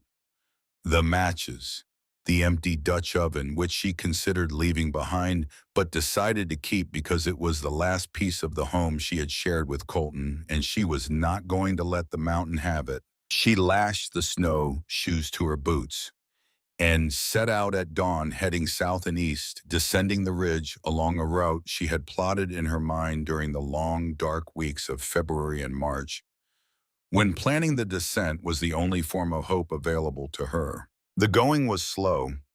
Even with the snowshoes, even on the crust, the terrain was savage. Drifts blocked familiar routes and forced her into detours. Exposed rock faces that she remembered as simple scrambles were now glazed with ice and required agonizing, precarious traverses. Her body, weakened by months of deprivation, protested every step. Her lungs burned in the thin air. Her legs cramped. Her vision blurred and cleared and blurred again. But she was moving downhill. Every step took her closer to the valley. Every 100 yards of descent brought a slight but perceptible increase in temperature, a thickening of the air, a richness of scent that told her she was leaving the dead zone of the upper ridge and entering the transitional belt where life, resilient and stubborn and unstoppable, was already clawing its way back from the winter. She saw the first green thing in the early afternoon. A single blade of grass poking through a thin spot in the snowpack on a south-facing slope. Just one blade. Pale green, almost translucent, trembling in a breeze so slight she couldn't feel it on her face. She stopped and stared at it for a full minute. Then she kept walking. By late afternoon, the route forced her east toward a series of switchbacks that descended through a steep, narrow valley. She recognized the terrain even under its heavy blanket of snow.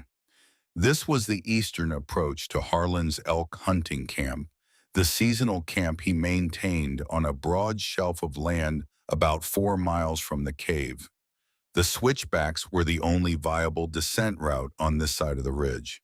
She had no choice. She tightened her grip on the rifle and descended into the valley.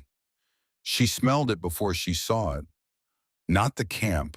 What had happened to the camp?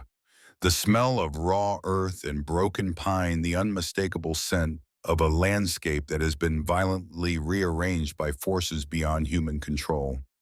The valley below her had been erased. An avalanche, massive and catastrophic, had torn down the eastern face of the ridge at some point during the winter, scouring the slope clean of trees, boulder soil, and everything else in its path.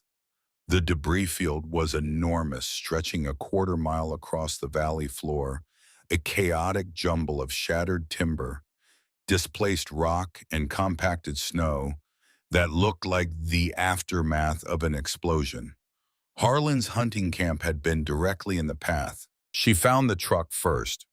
Harlan's rusted Ford pickup was crushed beneath a fallen ponderosa pine. The cab was flattened to half its height. The windshield was gone. The truck bed was twisted and buckled, the metal torn like paper. She kept moving through the debris field. A corner of olive drab canvas protruding from a drift was the only marker of the tent. She dug with her hands, pulling away layers of compacted snow and ice, and cut open the entrance flap with her hunting knife. Harlan Mercer was inside. He was curled on his side in the fetal position, his knees drawn up to his chest, his arms wrapped around himself. His heavy canvas jacket was zipped to the chin. His felt hat was still on his head. His eyes were open. He had not died quickly. The avalanche had not killed him directly. The tent had been buried but not crushed. Harlan had survived the initial slide.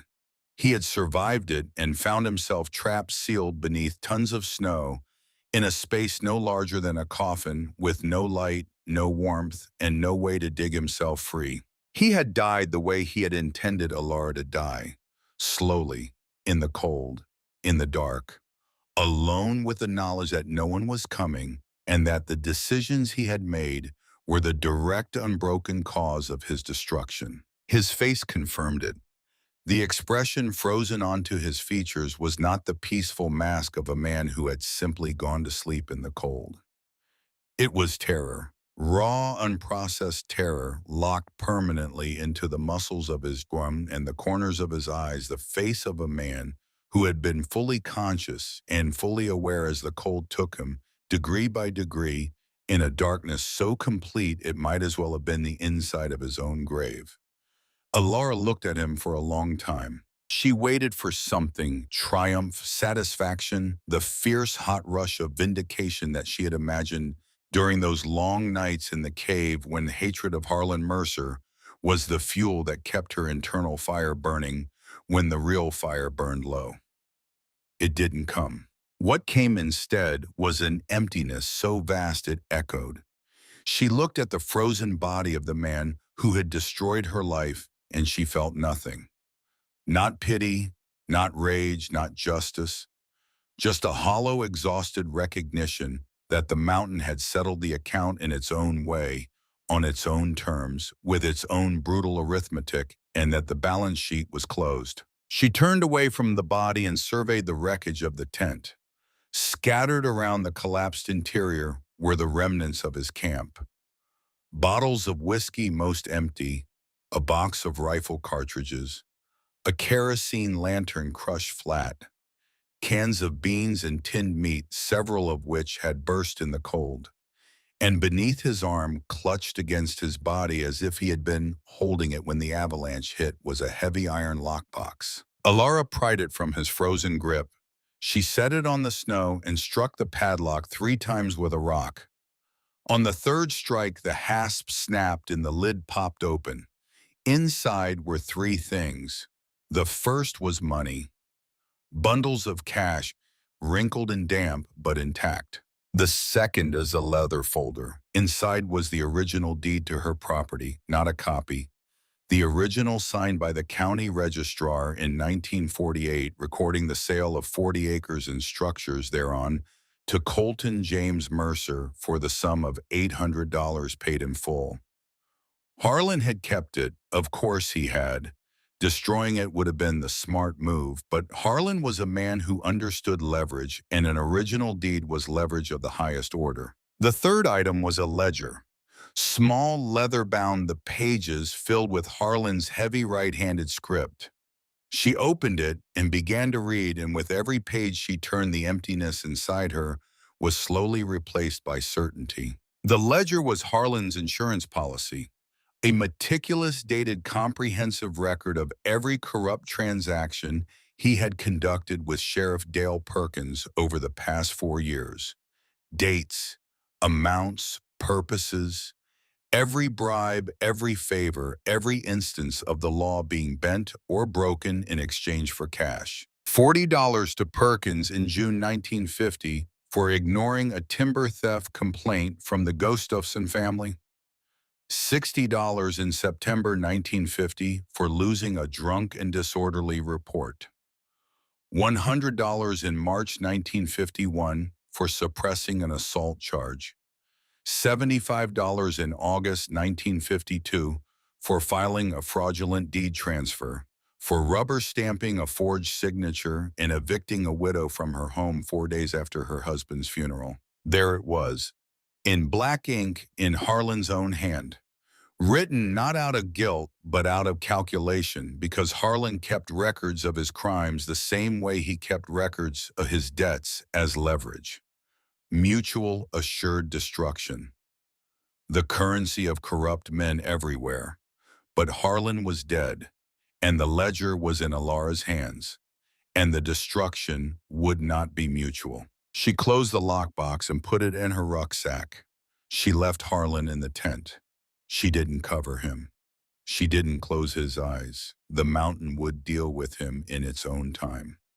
She walked out of the debris field and continued her descent. It took her 3 more days to reach the outskirts of Coldwater Ridge. 3 days of walking through a landscape in the early stages of transformation. Winter's armor cracking and falling away to reveal the raw, muddy, achingly vulnerable skin of spring beneath.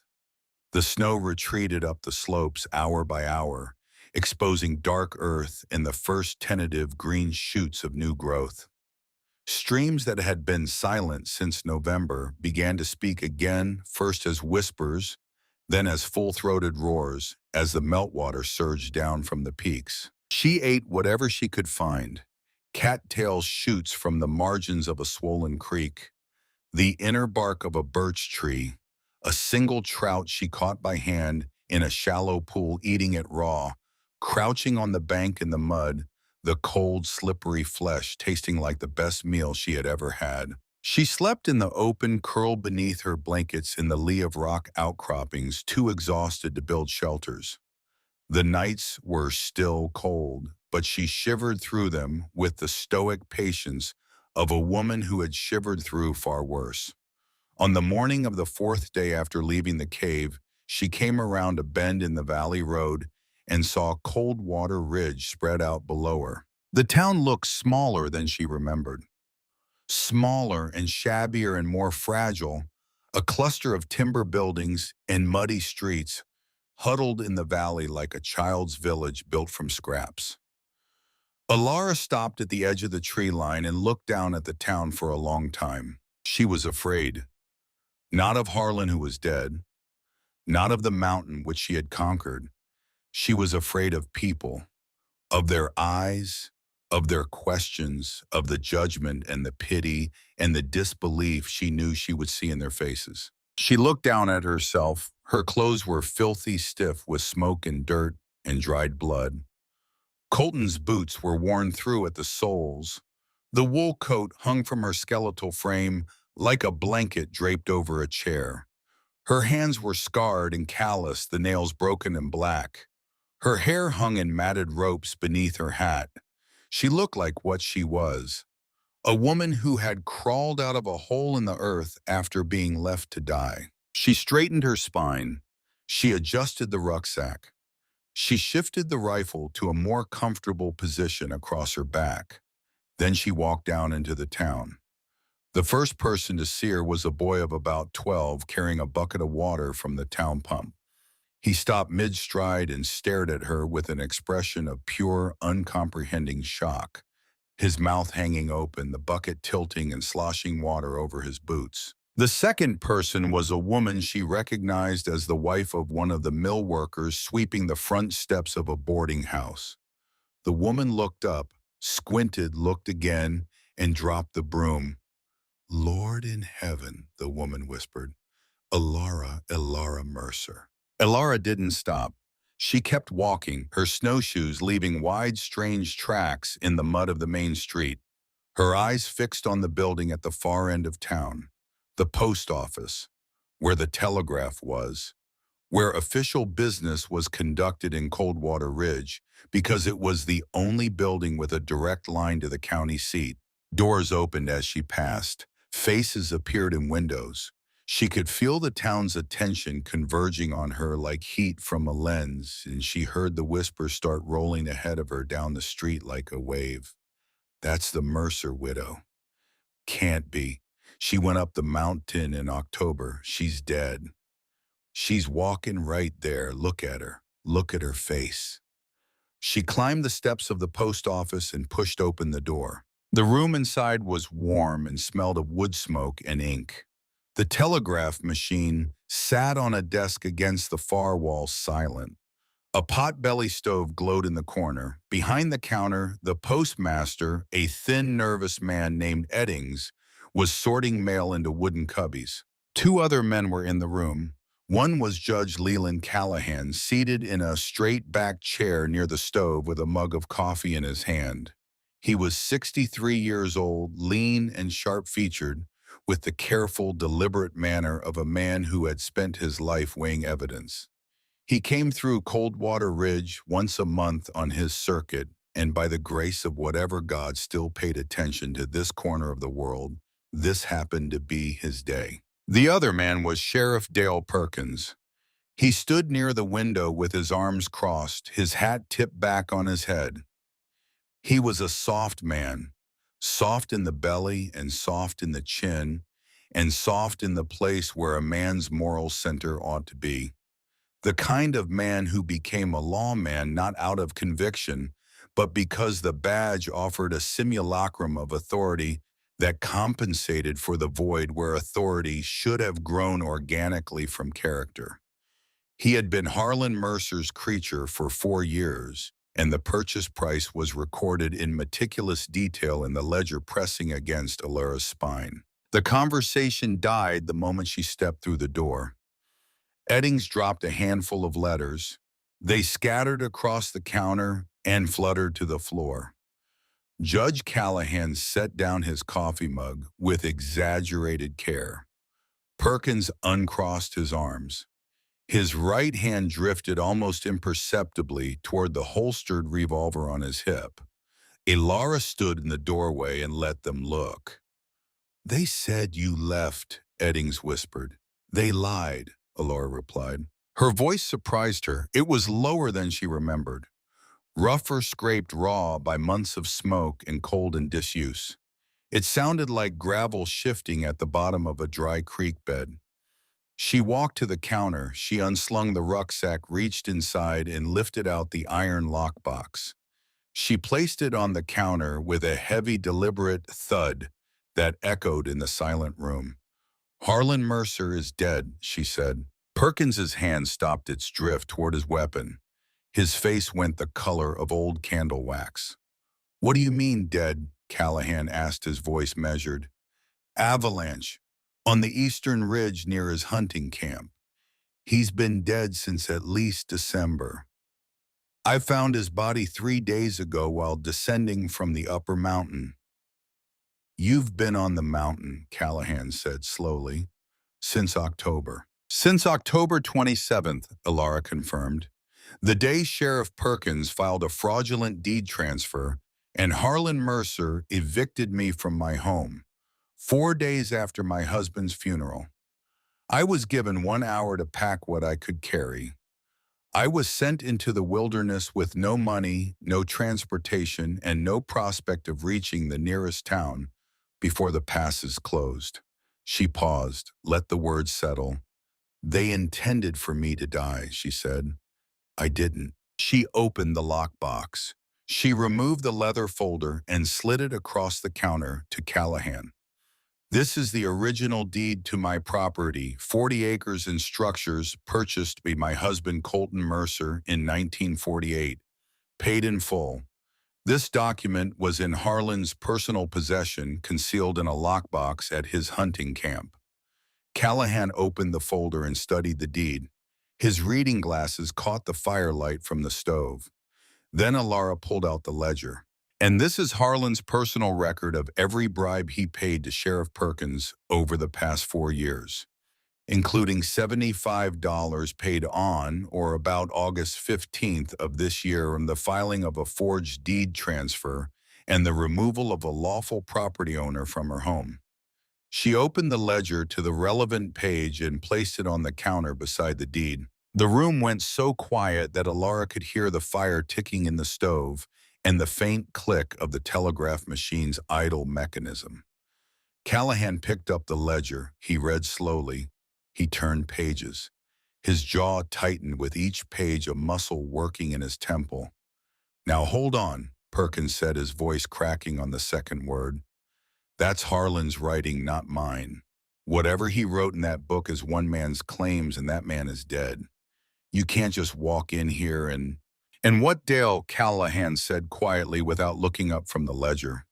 His use of the sheriff's first name was deliberate, not Sheriff, not Perkins. Dale, stripping the title, reducing the man to his name and nothing more. The door opened behind Alara. Agnes Mercer stood in the doorway. She must have heard. In a town this small, news traveled at the speed of breath. She wore a black wool coat and her white hair was pulled back in its customary severe knot. And her eyes, those flint chip eyes, swept the room and found Alara and went wide. For 1 second, perhaps two, genuine shock registered on Agnes Mercer's face. The shock of seeing a ghost. The shock of confronting proof that the universe does not always cooperate with the plans of the cruel. Then the shock hardened into something dark and cornered and dangerous. What is she doing here? Agnes said. This woman abandoned the valley in October. She has no standing in this town. Mrs. Mercer, Callahan said, his voice carrying the weight of judicial authority. Your son Harlan is dead. Mrs. Alara Mercer has returned from the mountain with evidence of criminal activity. I would advise you to sit down and remain silent. Agnes did not sit down. Evidence, she spat. Evidence from a woman who probably killed my son and fabricated whatever is in that box. She had every reason to want Harlan dead. She's a murderer, Leland. Arrest her. She pointed at Alara with a finger that trembled not from fear, but from fury. A murmur ran through the room. Others had followed Agnes in. A knot of townspeople now filled the doorway and spilled onto the porch. She's right, a man's voice said from the back. How do we know she didn't kill Harlan up there and make up this whole story? Another voice, a woman's. She had the motive. Everyone knows Harlan took her land. The murmur grew louder. Uncertainty was tipping towards suspicion, and suspicion in a room full of people who owed debts or feared the Mercer name could tip toward hostility in a heartbeat. Perkins saw his chance. He straightened. Judge, I think we need to take Mrs. Mercer into custody until we can investigate these claims properly. For her own safety, of course. Callahan looked up from the ledger. He was one man in a room that was growing crowded and restless. The door opened one more time. Walt Gunderson stepped inside. He was 70 years old and looked every day of it. His shoulders were stooped. His hands, twisted by decades of arthritis, hung at his sides like gnarled roots. He wore his store apron stained and worn, as if he had walked directly from behind his counter to this room without pausing to remove it. under his right arm, held with the casual familiarity of a man who had grown up in a time and place where firearms were tools rather than symbols, was a double-barreled shotgun. He didn't point it at anyone. He didn't need to. He simply held it and walked to the counter and set it down beside the lockbox with a solid wooden thud that silenced the room more effectively than a shout. "I was there," Walt said. His voice was quiet, not dramatic, not angry, just quiet and steady and absolutely certain. "I was standing by the spruce tree at the end of her driveway on October 27th when Harlan Mercer and this sheriff and Agnes Mercer drove that woman off her own land with a piece of paper that wasn't worth the ink it was printed with. I watched her walk into the timber, pulling a cart with everything she owned in the world, which wasn't much because they didn't let her take much. I watched her go, and I didn't say a word, and I didn't lift a hand, and I have carried the shame of that silence every single day since." He looked at Agnes, then at Perkins, then at the faces crowding the doorway.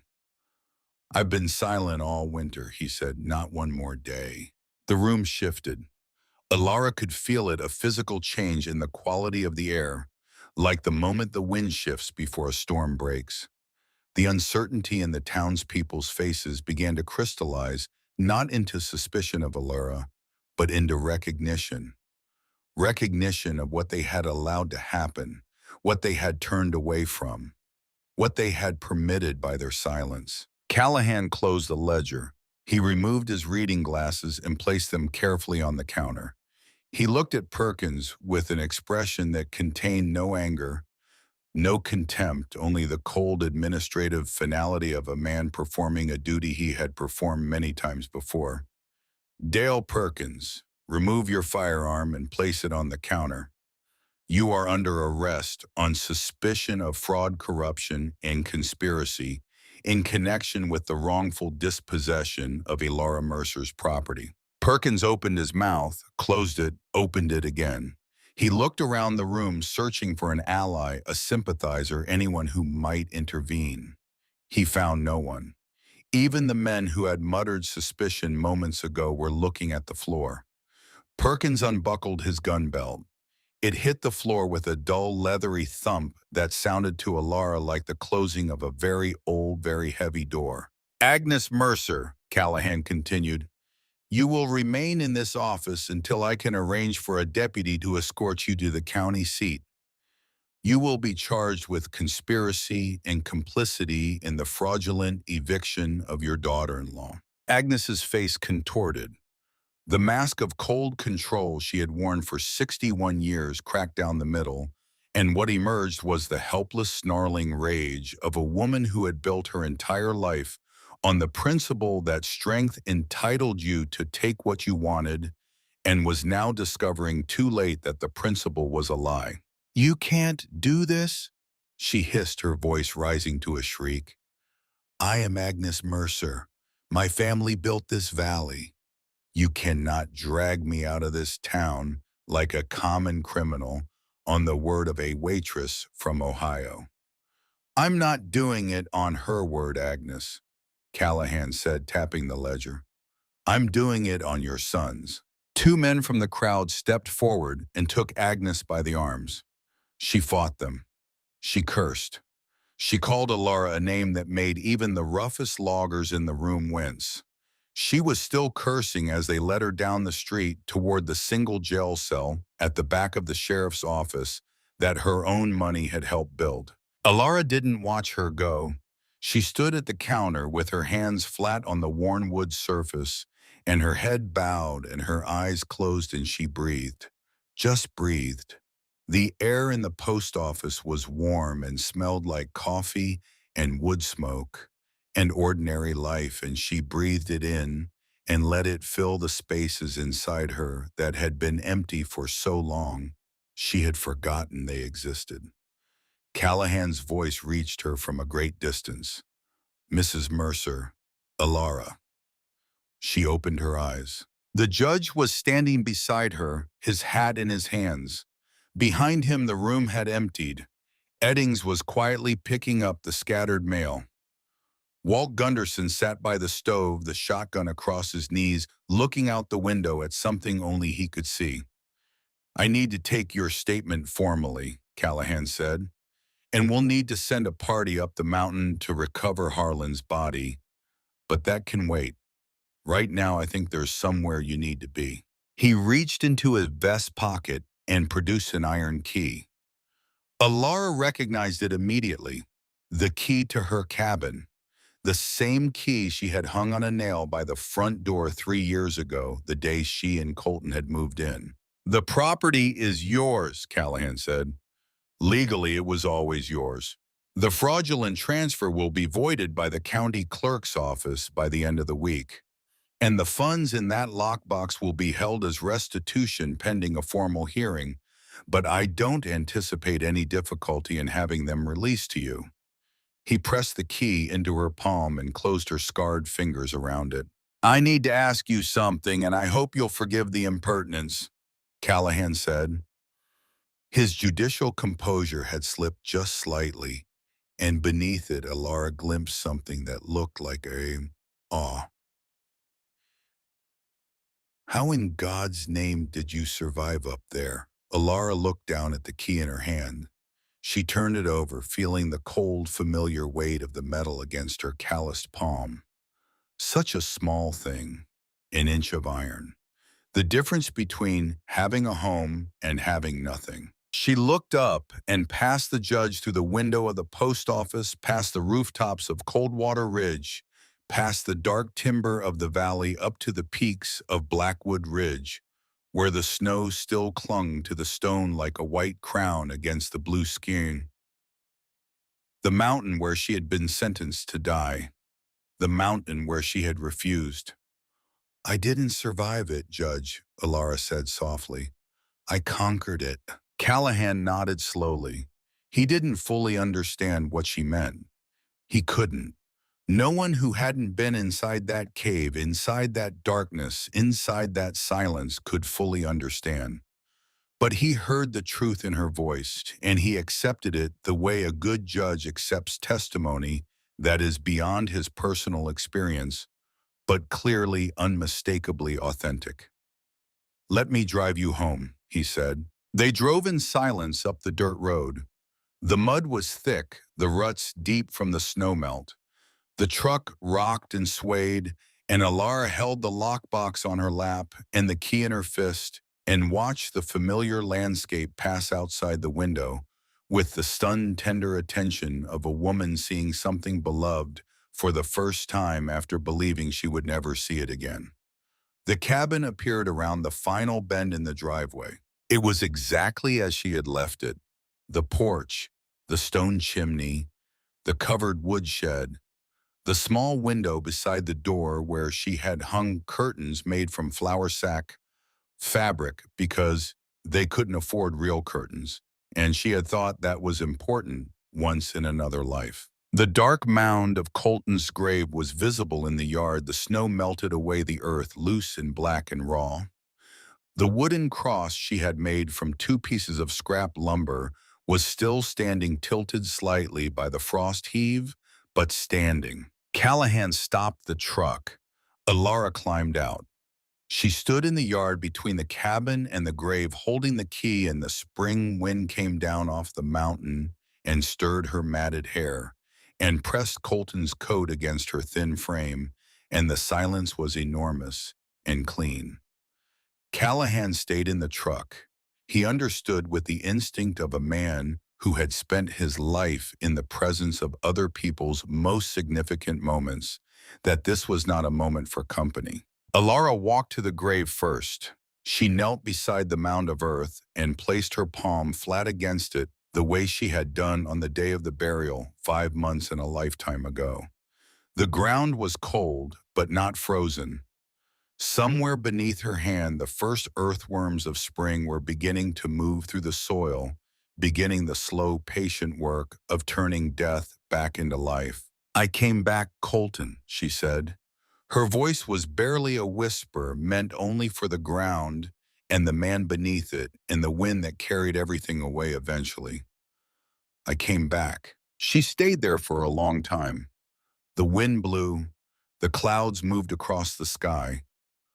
A meadowlark sang from the fence post at the edge of the property, its bright, cascading melody, the first bird song Alara had heard since October, and it pierced something inside her that she had kept sealed and protected throughout the long winter, and the tears finally came. Not the tears of grief. Those had been spent months ago, burned away in the cave along with everything else that was shoved and expendable. These were different. These were the tears of a woman who had walked through the fire and come out the other side and was only now in the safety of her own yard, allowing herself to feel the full staggering weight of what she had endured. She cried until she was empty. Then she wiped her face with the back of her scarred hand and stood up and walked to the cabin door. She put the key in the lock. It turned smoothly, the mechanism still sound, and the latch clicked open with a small, precise sound that was to Alara Mercer the most beautiful sound in the world. She pushed the door open. The cabin exhaled, a breath of stale, cold air carrying the ghost scent of cedar shavings and coffee and pine resin, and the faint, fading, impossibly precious smell of the man who had lived here and loved here and died too young. She stepped across the threshold. She set the lockbox on the kitchen table. She hung the rifle on the rack above the mantel in the exact spot where Colton had always kept it. She placed his notebook on the nightstand beside the lamp, where he had always written in it. Then she stood in the center of the room in her home, and she looked around at the walls she had built with her own hands, at the fireplace where she had read books by lamplight, at the kitchen where she had cooked meals and laughed and planned a future that the mountain had tried to take from her and failed. She walked to the front door and looked back at Callahan still waiting in the truck. "Thank you, Judge," she called out. "I'm home now." Callahan tipped his hat, started the engine, and drove away. Alara closed the door. She crossed the room to the wood stove and opened it and laid kindling and struck a match, and the fire caught and spread, and the warmth began to build. And for the first time in 6 months, Alara Mercer was warm in a place that belonged to her. She pulled Colton's chair close to the stove. She sat down. She closed her eyes. Outside, the spring wind moved through the valley, carrying the sound of water running over stones and birds singing in the trees and the slow, steady heartbeat of a world coming back to life. And inside the cabin by the fire, in the chair that still held the shape of the man she loved, a woman who had been cast into the cold and refused to die, sat quietly and listened to the sound of home.